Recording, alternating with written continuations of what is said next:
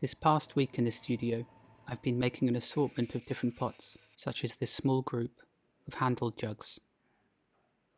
Each one of these is thrown from about 2.5 pounds of clay, which is about 1,133 grams. These pots have a very basic cylindrical shape, the dimensions of which end up being about 30 centimeters tall and 9.5 centimeters wide. And as always, I'm using thoroughly wedged clay, which I spend a few moments coning up and down to really ensure that it's as well centered as can possibly be. When you are coning, it helps to have a slightly rounded top, otherwise you may risk creating a slight hollow in the top, which will eventually trap air and slip inside. I'm also using clay that's a little bit on the firm side, which means it won't lose its structural integrity quite so quickly. I tend to do this for taller vessels or more complex shapes, but if I'm throwing something such as plates and bowls, I'll use really soft clay, as they don't have much height. Once the lump of clay feels like it's running smooth and without any undulations beneath my hands, it's then time to open up the mass of clay, which I do by really firmly pushing down my thumb and my index finger right into the centre, and then, in the same movement, I open it out. My tutors in college were always quite adamant about making the beginning sequence of throwing a pot quite seamless and fast, minimising the amount of water you add, and doing everything in one motion if possible. And of course it isn't always possible, but it's a good method if you're trying to teach your students to be proficient in quick at making. The course I attended in Ireland was initially set up to teach and train production potters to work in the many potteries that covered Ireland. The second pull of the walls of a pot is always my favourite. The first sort of sets in the rough spirals which are needed, and then, during the second pull, it's very easy to shift much more clay than what's possible in the first. But I certainly don't rush this process. Each pull is careful and considered, in a way that sometimes, when I'm throwing smaller pieces, like mugs and bowls, I won't be.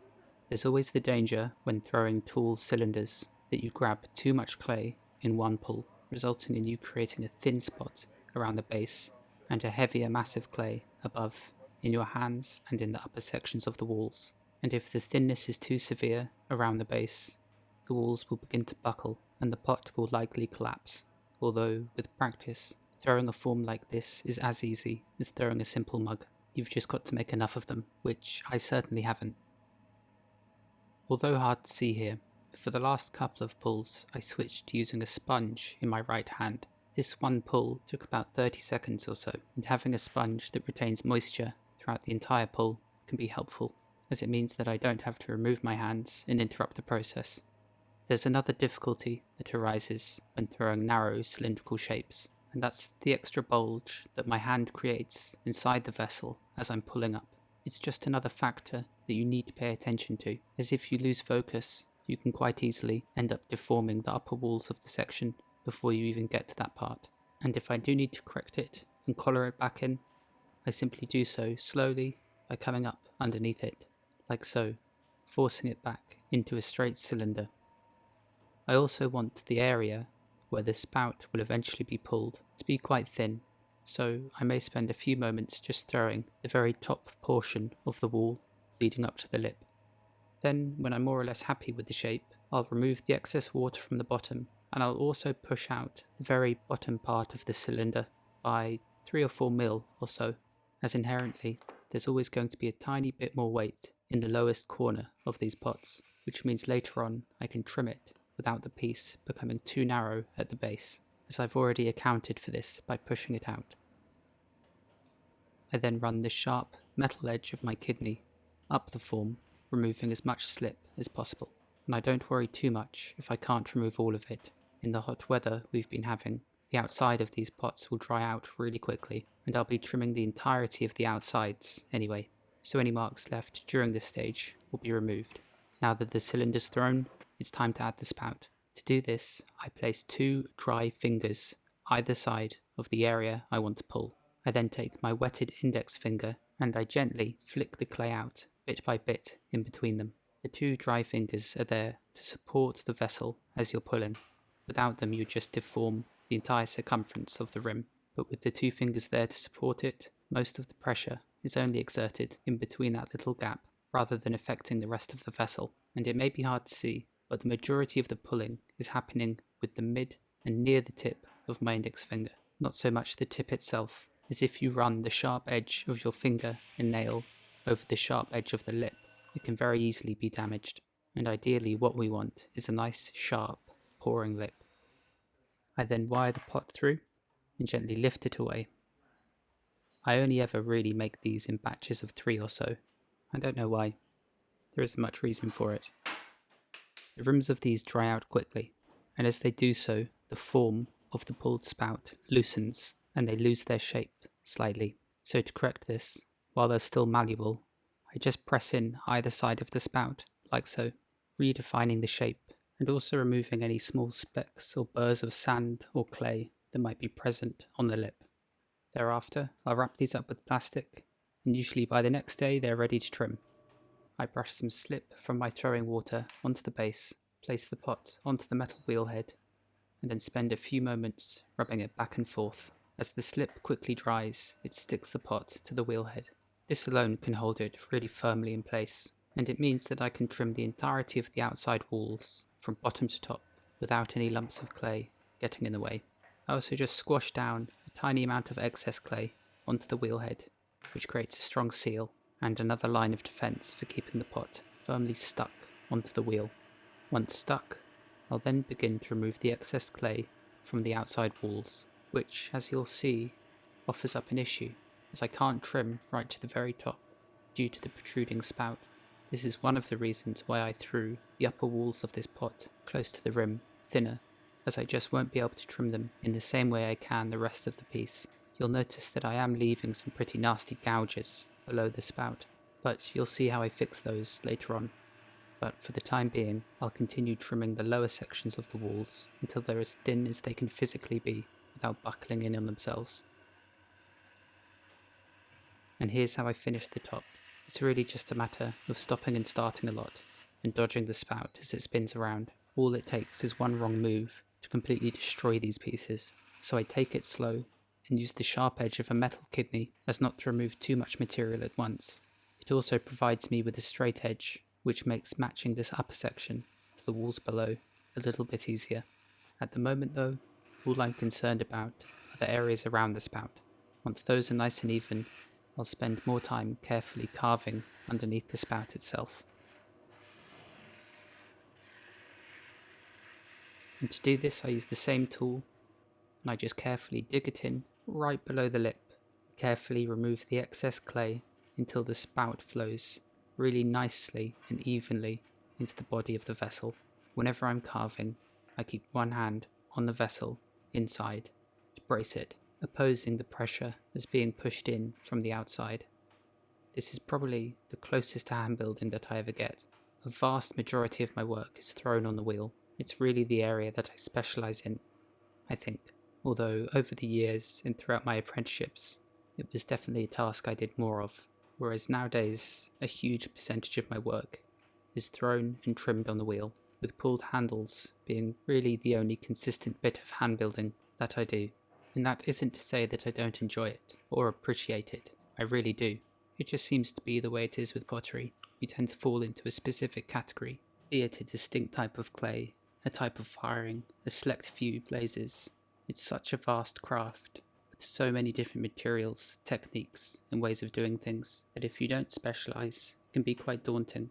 And I really know of only a very select handful of potters who use porcelain, terracotta, stoneware, and their respective glazes, and also all the different types of firing, be it gas, electric, soda, or wood. And really you need the finances and space to practice so many different methods. Once all the scraping's complete, I then take a sponge on a stick just to soften over all the marks. Although you'll notice that doing this exposes many multitudes of small specks of sand within the clay, which are brought to the surface as you wear away the softer clay that surrounds them. So as soon as I've finished sponging, while the clay is still damp and wet, I go over any brushed areas with my fingertips and just push in those specks of sand, burnishing the surface, essentially. Making sure that the pouring lip is smooth too is really important, as I don't want any sharp lumps of sand remaining there and ultimately jutting through the fired surface of glaze.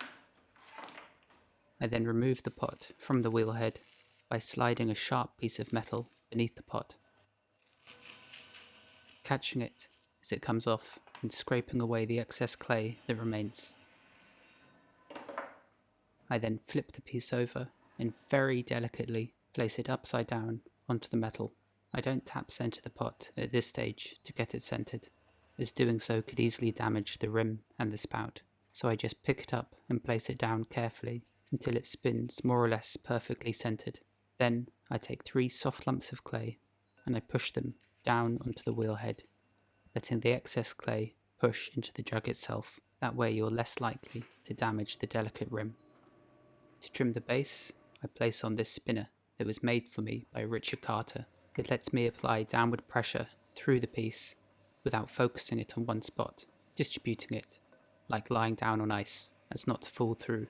The downward pressure also helps to keep the pot in place on the wheel, as really those 3 small lumps of clay won't hold it all too firmly, but when combined with this, it can work, as long as you trim carefully. For the bases, I trim a beveled edge on the outside, and then I carefully remove clay from the inner part, exerting downward pressure with my middle finger as I trim. It's at this stage that I remove the wiring off marks that are left from when I wire off the piece freshly thrown and set it aside. I then use a metal kidney to burnish the clay in a similar way my fingers were doing underneath the spout. It also visually seals the surface, removing any marks left from scratches of sand and just generally neatening up the form. And finally I take my maker's mark and impress it into the still soft clay. One day, I promise, I'll make a video showing you how I made these. And that's all the wheel work there is for these. The next step is pulling and attaching the handles. Here's a close-up of the base so you can see the mark more clearly. Trimming these pots does reveal slightly softer clay underneath, so I can't handle them immediately. I'll leave them for a while to dry out, and in some rare cases I'll even place them in front of a fan like so, and whilst doing so I rotate the pots a lot so that the outside surfaces dry evenly. For the handles, I take a larger block of clay which I shape into a sort of long droplet. With my left hand I grasp firmly at the top, and then with my wetted right hand I gradually pull the clay into an ever longer shape. If I ever feel that my hand or the length become dry, I immediately plunge my hand back into the water, as if either component dries out too much, it'll stick to the other, and in most cases you'll just rip the handle length clean off. At this stage, I'm not trying to create a length that's really defined and perfect. I just need rough blanks, as next these pieces will be scored and slipped onto the jugs and pulled again to their more refined, finished shape. And even though I only have 3 of these to pull, I still always, out of habit, pull a few extra, just in case I muck one of them up. I also prepare a plastic-lined board ready to place the finished jugs onto, as wrapping them up tightly once handled is crucial for the pieces not to develop cracks as they dry out. I then use a sharp serrated kidney just to score an area of the pot directly opposite of the spout, cleaning up as I go so none of these burrs of clay embed themselves back into the base of the pot. I then dab, not brush, some slip over before taking one of the blanks and tapping out one of the ends. I grasp the length, but not with enough pressure as to damage and deform it, just to keep it in place, and then I use the pad of an index finger to tap out one end to create a flare of clay. I pinch it out a bit too, and this means that I have material to blend into the jug without pinching clay from the handle itself. I then take the flared out blank and push it firmly onto the jug, right onto the scored and slipped area. Once joined, I can lift the piece up and blend in that flare of clay, which I do by smearing it into the body all the way around. I don't worry about cleaning up every single fingerprint and smear and mark, as long as there's nothing too drastic, as ultimately my glaze will hide most of them. But I still go all the way around it, just to make sure that the join is really strong, as if you quickly skip over this part, you can very easily just rip the handle clean off again if it isn't firmly attached. And then I begin pulling again, gripping right at the top where the handle meets the body. I then grip and pull down throughout the entire length of clay. You don't want to release pressure too early, as that will result in a clump forming around the end of the handle that'll eventually get caught on your hand and again will tear the handle clean off. I constantly change position of my hands, pulling it evenly from both sides. That way its cross section should be as even as possible, which in this case, if you were to cut it in half, it would be a sort of oval shape. I then take the tip of my thumb, push it into the clay right around the top, and pull down 3 distinct grooves onto the back of the handle. This thins out the handle considerably, and also creates 3 marks that my glazes can interact nicely with. I then gently lower the handle into place before firmly pushing it back onto the jug's body. For this join, I don't need to score and slip, as the angle in which it connects easily lets me smear the clay into the body in a way that wasn't quite possible with the top join. I then spend a few moments smoothing in this clay. Ideally, I want it to look as if the handle simply flows back into the body of the jug. That's one of the things I like about handles pulled this way so much. They look as if they're natural, as if the handle has grown out of the pot and flowed back in, rather than looking like it's just been stuck on. I then switch back to a sponge on a stick just to smooth and soften any of the remaining marks, and then I use a wetted finger just to compress this area one last time. And that's it for these jugs. They go onto the plastic so that I can wrap them up overnight to dry slowly. I want the handle to slowly dry to the same consistency as that of the jug itself, and only thereafter will I dry it out properly. The whole process of drying, when you make ceramics, needs to be done carefully, otherwise things just crack. As soon as components start to dry out unevenly, or twist, or warp, there's very little you can do to save them, and it's often something that happens right after you've completed the piece. So I wrap them up carefully and let them dry slowly. And here's what they look like finished, albeit an older trio of them, and coated with a white, a pale green, and dark green glaze, which are reduction fired in a gas kiln. That's all for this week. As always, thanks for watching, and I'll see you next time.